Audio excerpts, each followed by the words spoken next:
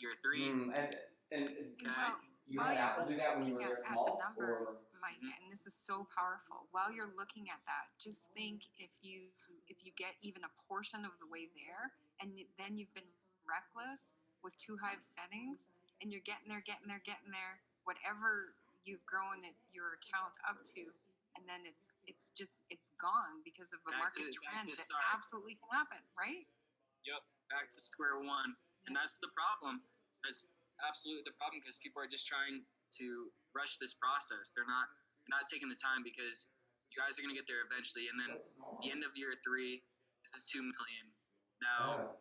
I mean, this is What a it's saying? Wait, this is a pretty lofty it's goal, just but 5% the band. is going to be much more realistic and obtainable for you guys versus like 15% and 20% weekly goals. And Susan made an excellent point. That's literally the whole point I'm trying to make by this talk is that the greed will get you eventually. You can run the software risky, you can run it aggressive. It's going to do great. It may do great for 6 months straight, but all it takes is that one time.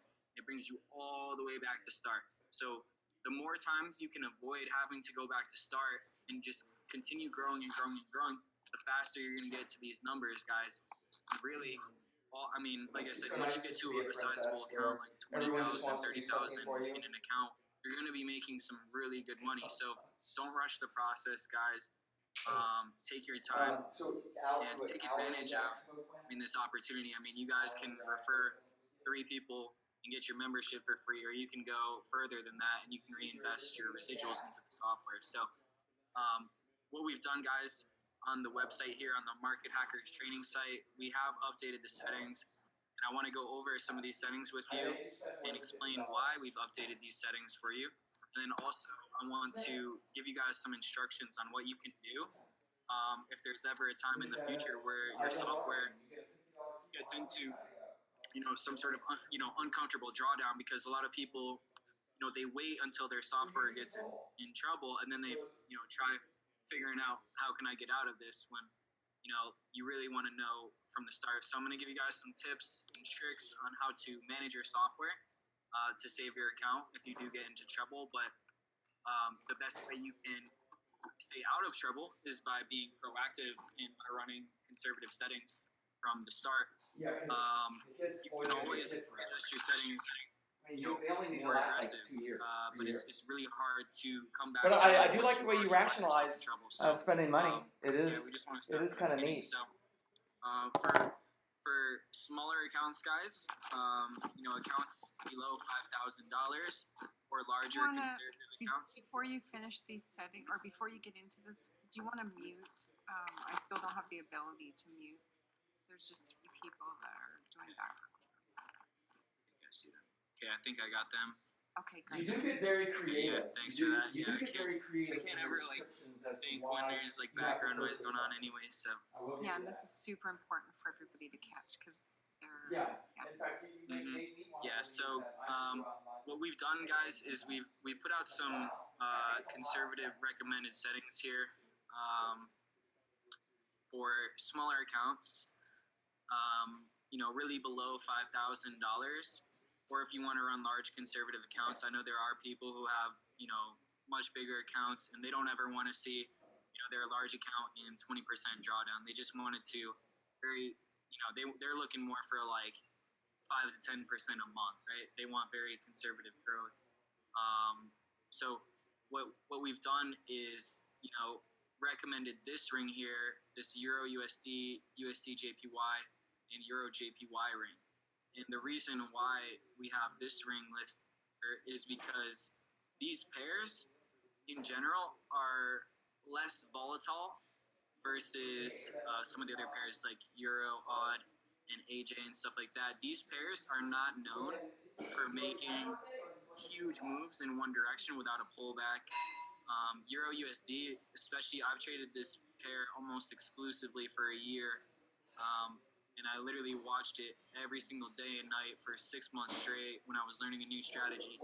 And it definitely spikes, and during like news events and stuff like that, it'll spike 150 pips, 200 pips, but it will not go 3, 4, 500 pips without a pullback. And that's what we want with these pairs with the software, because if you remember, or if you've watched some of the other trainings or videos, we want the market, we want a ranging market. I Right? We wouldn't want say to go that. up some, down some, up some, down some.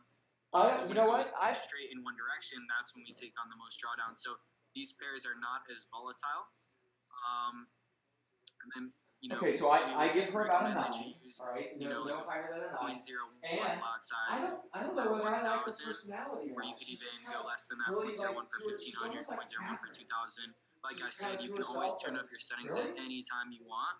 If you're running it and you're saying this is a little too conservative, it's not making very much money, it's not taking on more than 2% drawdown, I think I'm going to raise it up, and go ahead and raise it up. But like I said, you can always add on risk, but it's hard to take off risk once you've already gotten yourself in trouble. And then a level range of about 25 is a good starting point. The default is 21. What this setting is the distance between the trades. So every 25 pips, your software will take another trade. So if price is going up, it'll take a sell, and then 25 pips later, it'll take a sell. 25 pips later, it'll take a sell. Okay, so every 100 pips, it basically takes 4 She trades. does have a cute body. I think And she the can higher you stand raise to gain this about setting, 4 the more pounds, 5 conservative pounds. it's going to be. Like if you raised your settings to like 40, that would mean every 40 pips, Yeah. it would take another trade. And this setting right here is really important, particularly in management of software, because a lot of people could have avoided Really? blown counts or massive amounts of drawdown if they knew about this setting or how to work it. So my recommendation. Wow. How do you know they're real? She told you, or you can just if tell? you are ever experiencing any sort of uncomfortable drawdown, you would just raise this setting, because usually that means you have, like, if your drawdown is going up a lot, you probably have one or two pairs that are going in one direction, and they keep on stacking trades, and every time it trades, it takes a higher lot size, so that means more dollars per pip raised.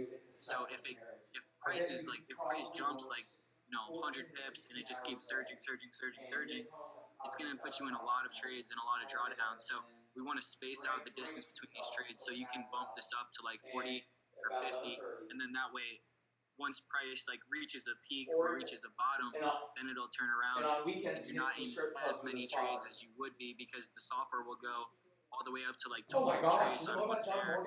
If you have your level setting at 12, that's the number of trades per pair. But in terms of management, and I'm going to create a guide for you guys. I haven't been able to because I've been driving up the entire East Coast the past 3 days. This is a lot of driving, so I haven't had a chance to put much stuff together. I'm actually going to be creating some videos and stuff like that for you guys to help.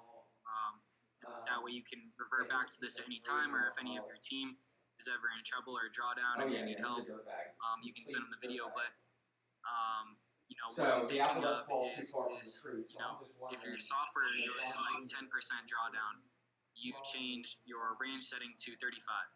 And then if your software goes to 20% drawdown, you change your range setting to 45. And then if your software goes to 30% drawdown, you change it to 55 or whatever the next one is.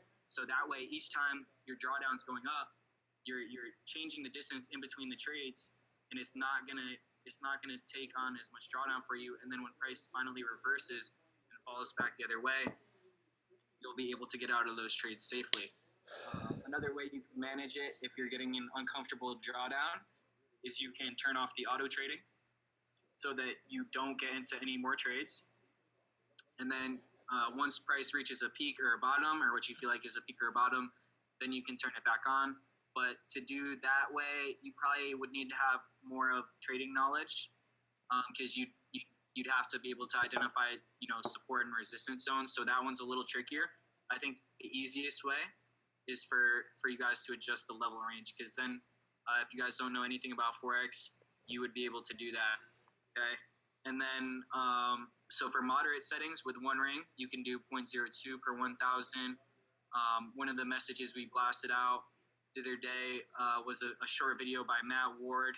He's been running these exact settings with 0.02 per 1,000, and he hasn't gotten in trouble with that account in terms of drawdown or anything like that. He's profited about $1,600 on a $5,000 account over the past month, so he's done really well. But Again, this is a little bit more moderate. So, the more moderate you get, the more management that comes into play with the software. If you're going to go very conservative, that's where it almost becomes hands off. And I'm not going to say entirely hands off because you still need to micromanage it. But with my softwares, the way I like to have them is very hands off. So I set it very conservative. My software never took on more than 10% drawdown, while everyone else's was hitting very steep drawdown levels, and it's totally fine. But the more moderate you go, the more you're going to need to watch. Let me and know monitor it, when you and then want me to help potentially set manage up it. So your you're gonna live wanna watch trading that range for you. setting if you start taking on Period. drawdown. I know you have a just lot increase going the on setting, right okay? now, And then but for stay in over touch. 5,000, Period. if you want to run 2 rings, this is going to be more moderate in nature, and really the reason why, we're not, necessarily recommending 2 rings on smaller accounts is because just the sheer number of trades that are going to be taken when there's 6, currency pairs being traded, and then they're all cost averaging as price moves. It's a lot of exposure in the markets. The less trades you're in, the less risk you're taking on. So, for people who want, more moderate settings and more profits, you can run, all 6 currency pairs, and then you have the moderate lot at 0.01 level range here, and you have the aggressive as well, and then higher risk is going to be on the 4-hour charts. And that's another thing I wanted to touch on was the chart time frames. The daily chart is going to be much more conservative for you guys. A lot of people who got into serious trouble with the pairs this week, they're running 4-hour charts because the 4-hour charts, sometimes it'll double stack trades, so it'll take like 2 trades at once. And again, it's just more risk. So I always use daily charts personally. You guys can do what you'd like, but again, you can always make your software riskier. It's hard to come back from risk once you're already in trouble. Okay, and then you got some extra stuff here. Weekly goal of 5% is really good to use. 3 to 5% is what I would use. If you guys are running 15% weekly goals, 20% weekly goals, really reconsider that. Remember that compounding chart I showed you. And then equity protector. When you guys are starting off on demo, you're going to want to use 100%. That way you can see how much drawdown your software is going to take on using the settings you have. And then once you go live, you want to set an equity protector that you're comfortable with, because it's always good to, keep something instead of nothing if your account's, going to blow. But it all comes down to every person's risk profile, really. On my live account, I run 100% equity protector. I have it totally turned off, but some people prefer to have it at 50% or 40%. But you need to kind of know where to put it versus your software settings. Because if your software settings are really aggressive and you have an equity protector at 30%, then expect for your equity protector to be hit because it's going to take on that much drawdown. But if you have really conservative settings and you have an equity protector at like 40%, it's probably not going to hit because you probably won't take on more than like 10% drawdown because you're really safe and conservative. But it will save you during that one time where everything goes crazy. So it's up to you guys. But yeah, just test it. There's nothing wrong with testing on demo. I tested the software on demo for a little over a month before I went live. There's really no rush to go live. Take your time, take your time. There's no rush. Let's see if we got any questions here. Just about the daily charts. So if the daily I do have a question. Okay. I've been trying to set up my my live account for the past couple of weeks, and it's been a real battle. Even my the people that sign me up that I'm under, every other setting that we tried, it just doesn't work for me. I come to the point where I don't know what to do. The software is not trading? No, I just can't set up my live account. I've been trying to set up my live account for a couple of weeks. I was in touch with Which part are you having an issue with? Which I part? don't know. I tried Uphold. It says Uphold, and then I went. Oh, you're trying to fund it. You're trying to fund your I tried to fund my account. And Okay, which broker are you using? LCMFX. Okay, do you have a crypto wallet? If I have what? Do you have a cryptocurrency wallet?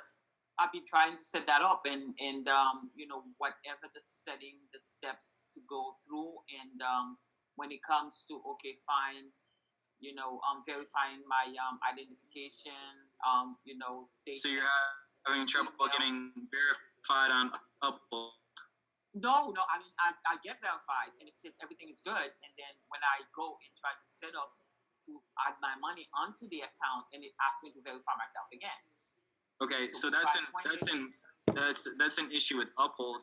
Uphold is not the only way you can send money to your account. You can send from any cryptocurrency wallet. Do you have Coinbase or Cash App? We did Cash App, Skrill, the Coinbase. Which other one we tried? Because my leader is George, and I think he's on the Santiago, and we tried everything.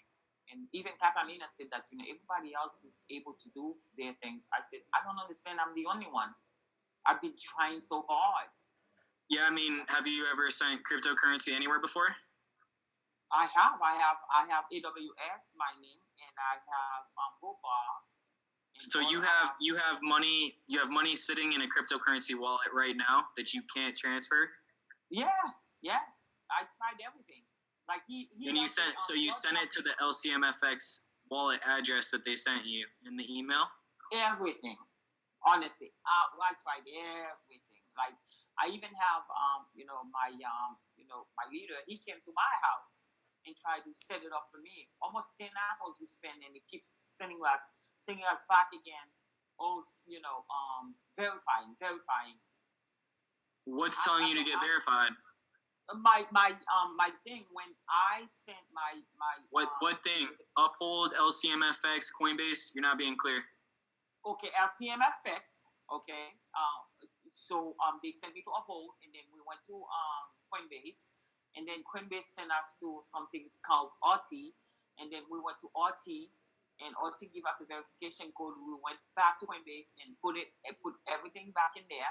They asked for my ID, for my picture ID, for my statement, my bank statement. I put that up.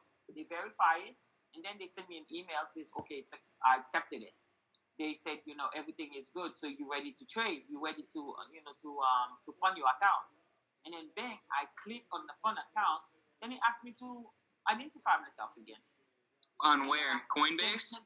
Yes, then Coinbase. And even Cash App, we tried Cash App. So you can't get verified on any platform? No, all of it. Every single step that you know that, however, to fund the account, and everything set me back, okay, verifying yourself. And when I went to what country are you in? I am in Orlando. You're in where? Winter Garden, Florida. I'm in Orlando. Okay.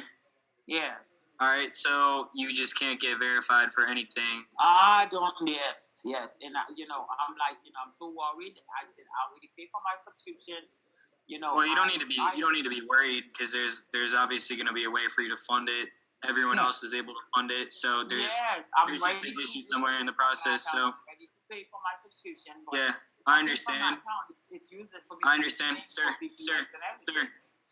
I understand. I'm a lady. I have a man voice. I'm Ma'am, you can message me personally, and I'll help you. I understand. Okay. All right. Yeah, we'll take care of you. Don't worry about it. You don't need to stress it. Don't let the process frustrate you. Once you figure it out one time, you're gonna be good. You're gonna be good to go. Yeah, Okay. we'll get you sorted. Yeah, don't stress it. Don't stress it. We'll take care of you. All right. I know you're gonna find. All right. All right. Okay. All right. So let's see. Any other questions? We got them. Yeah. So if any of you guys are having trouble funding your accounts, just contact your sponsors. But I've never heard of anyone not being able to get verified. Okay. But yeah, I mean, pretty much those were the settings I wanted to go over, guys. Was there anything you wanted to add on, Susan? I did have something, and now I got so distracted with that. That's a concern. Okay, I'm just gonna go back to it. Where did we leave off? Oh, on your answer. okay, go ahead. So where can we find this file, this Mike, where you're sharing this screen there? Where can we find this for anybody else that we get in and also get some? You're looking for this page? Yes, exactly. Okay, so this is on the Market Hackers training site. So you go to bit.ly/MHVIP member. Okay, and then that's going to bring you to the Market Hackers training site, or you can go to markethackerstraining.com. Okay, and then, yeah, if any of you guys have not been through this, you're going to want to go through this. This is our entire community's training portal. We have videos on setting your software up, managing your software, funding your account, building the business, and rewards plan training. And we have all of the chats and groups that you guys should be in. So you're going to want to be on this training site. Thank you. Just wanted to get the answer for myself and everybody else. Yep. Yeah, no, No that's problem. good. And that settings page that you were all just watching was just updated today, and it'll stay updated. So if there's any changes, so it's a good resource to. Yep. You can go to setting up your software, and you can download this PDF where we have the settings in here in the PDF. Okay, and then we also have them right here. If you scroll down to the bottom, you got all that good stuff right here. So yeah, it's all available for you guys. You just want to make sure that you plug in. And I guess the one thing that I did think of, Mike, that would be good for everyone to hear, because something that I've seen too often is people accidentally having different time charts. So if you're Right. 4 hours, make sure every chart window is exactly is 4 hours. If you're choosing daily, then use daily. Make sure that every Yep. chart window is daily. If you're going to get curious and want to look at different time frames, do it on a different platform, because it's super important that they're the same. Yeah, go look on TradingView. If you guys get on a different time frame, you just click the chart here, and then you'll just click right here. D1 is going to be for daily. So if you see H1 or H4, because that's a good point, because I saw someone who was they were on 1 hour charts, and they got into some pretty deep drawdown, and they didn't even realize it. So it's really important to make sure that you guys are on the right time frame. And can you just do that screen share again, Mike, and just show them if they are going to change a setting, how to make sure that they change it for all of them, like so to change it and then do the default. Good call. Yeah, so when you guys initially change it, you'll right click on the chart, you'll go to Expert Advisors, Properties, okay, and then you're going to go ahead and you're going to adjust the settings, okay. And It doesn't matter then what thing, any one thing that you change in here, make sure that you save. Yep, you're going to want to do this. So you're going to hit OK to save it. And then the way you want to change it for all of the charts is you want to double click again. After you change it, click on the one that you changed, go to Template, and then go to Save Template. And then, moving a little slow here. Okay, and then you're going to save it as default.tpl. If you don't have default already in here, you can just type it. Just type default.tpl. Did Megan come over save tonight? Question mark. And then when you close out these charts, okay, you can close it, and then Disregard the other part. you can just click here and then open up the chart window.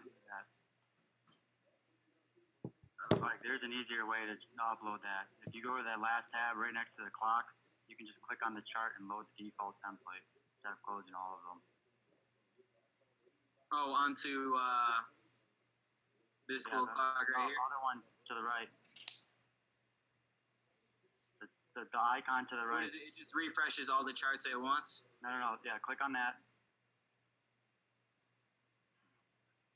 Click on, I don't know. There's a lag in between us, so I don't know what you're exactly. Yeah, then you can load up the template right from there.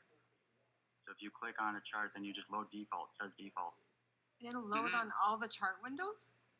No, you just click on each one. So you click on AUD, JPY, go to that, then you just however click on you the prefer default. to do it. Yeah, as long as you guys save the template to default, and then you can either do it this way, which I didn't know about. You go right here, default, or you can just click the chart and open the chart window. That's a nifty trick.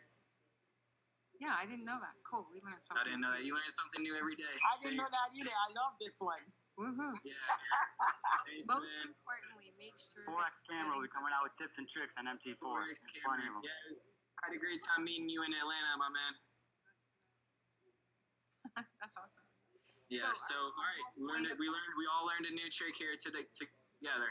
See? That is fun. Yeah.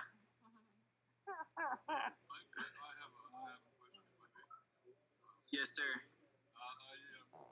noticed that you have for the full range configuration, you have a maximum level set to 12, but I didn't see a maximum level set for one ring. So is it the same? The default is 12. So I haven't changed it. And actually, let me show you guys. Yeah, because it's funny because I tested the 3 pairs. I tested the 3 pairs for like a month and a half. And then on my live account, I was like, okay, I'm going to use all 6 pairs. And then as soon as I did that, it was like the pairs went crazy and I got caught in drawdown. But the thing that kept me safe, and VPS shut off. But the thing that kept me safe was I ran a 0.01 lot size per $2,000. And I had my range setting at 30. So I took on 30% drawdown and all my trades got out of. So, there's You ways need to to call me alter the tomorrow to software, let me know but exactly always what keep you yourself did safe. because I'd like to That's try why it's it on really important Danielle. that you guys attend these trainings and get on here and learn this. But yeah, so the levels setting, Lee, is that's the maximum per pair. Okay, so Just thought there might be a different one for the single ring. okay, yeah, no, I haven't ever adjusted that one. I have a guy in my team, he adjusted it down to 6, but for now, I mean, until we test anything more, I would just leave it at 12. I think that's pretty much what we're all doing, and I think Mr. Talento is doing the same as well. So, yeah, 12 is good. That's what I run. Good. I just want to clarify that. Thank you. Yep, no problem. Hey, Mike, quick question. Can you go over how to check and change the VPS time to make sure the news filter is working correctly? Yes, do you know how to do that, Susan? Yes. I'll let you take that over. Can you share your It looks VPS? terrible. Okay. Yeah. And then Share. also, I'm on my desktop and my VPS is not here. And while he's doing that, leverage is very important as well. While we're heading over to the VPS, 1 to 200 is just doesn't seem to be enough leverage for TradeRinger. Mm-hmm. 1 to 300 seems okay, but 1 to 500 is much better. Yeah, 1 to 500 is going to be ideal. If you guys are on LCMFX, make sure you go and check in your back office portal. My And if screen you're- is black. Huh? Okay, I Oh see yeah, now. we're good now. It just took a minute to load. Yeah. Okay. All right. Okay. Yeah, so you walk me through, Susan, because I haven't even done this yet.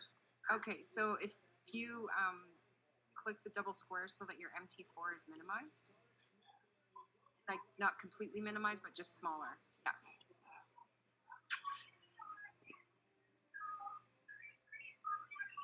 Do we have a lag tonight? Just let me know when it's done. Yeah, my VPS is moving a little slow here. Okay. It did not shrink very much. Mine is So while he's making it smaller so that we can see the time in the VPS, if you look in the blue blueprint, it's telling you what time the software is.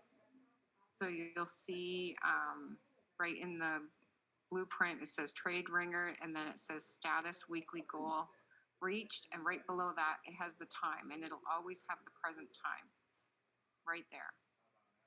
And then in your VPS, which I can't, because we're in the Zoom, I can't see it, but in your bottom, in the bottom right-hand corner of your VPS, when you're looking on your own VPS, it's going to show the time of the Windows operating system in your VPS. So therefore the time in your VPS. Yeah, usually it's going to be right here. Yes. So as long as those two are the same, and if they're not, then contact whoever your VPS provider is and let them know that you need the time adjusted.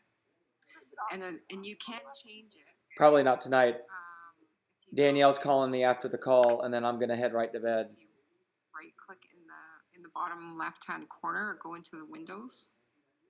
I just changed it for 3 people this last week, but Oh. You probably So should in it your- somewhere in here. yeah, in your toolbar in the bottom. So your VPS provider can absolutely do it. Or system information, I think it is. Yeah, so basically, The same whatever way your you would guys' change the time on time your clock phone is. computer, but that's where the clock is, yeah. Yeah, so you guys just want to cross-reference the GMT time here with your VPS time, and then if it's different, you can either change it yourself, or if you can't figure it out, you can just contact your VPS provider. Is that right? Yes. Hey, Mike, Yes. how can I identify A2 brokers from the rest? What's that? How can you how can they tell if their broker is an A-book broker, and how do they? Are all true ECN brokers A2 brokers?